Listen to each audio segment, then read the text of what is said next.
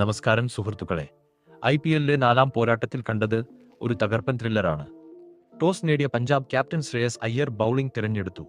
ആദ്യം ബാറ്റ് ചെയ്ത ഗുജറാത്ത് ടൈറ്റൻസിനു വേണ്ടി ക്യാപ്റ്റൻ ശുഭ്മാൻ ഗില്ലും 39 റൺസ്, ജോസ് ബട്ട്ലറും 38 റൺസ് ഭേദപ്പെട്ട തുടക്കം നൽകി.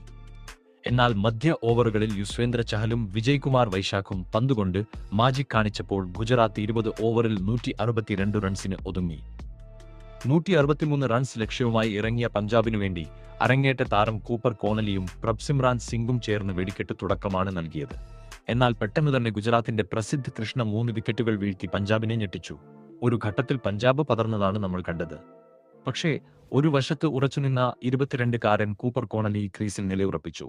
റാഷിദ് ഖാൻ അടക്കമുള്ള ബൗളർമാരെ സിക്സറുകൾക്ക് പറത്തി കോണലി 44 പന്തിൽ പുറത്താവാതെ 72 റൺസ് അടിച്ചുകൂട്ടി. 5 പന്തുകൾ ബാക്കി നിൽക്കെ പഞ്ചാബ് കിങ്സ് 3 വിക്കറ്റിന്റെ ആവേശജയം സ്വന്തമാക്കി. അരങ്ങേറ്റ മത്സരത്തിൽ തന്നെ മാൻ ഓഫ് ദി മാച്ച് പുരസ്കാരം നേടിയ കൂപ്പർ കോണലിയാണ് ഈ വിജയത്തിലെ താരം. ഈ IPL സീസണിലെ നിങ്ങളുടെ പ്രിയപ്പെട്ട ടീം ഏതാണ്? താഴെ കമന്റ് ചെയ്യൂ. വീഡിയോ ഇഷ്ടപ്പെട്ടാൽ ലൈക്ക് ചെയ്യാനും ഷെയർ ചെയ്യാനും മറക്കരുത്.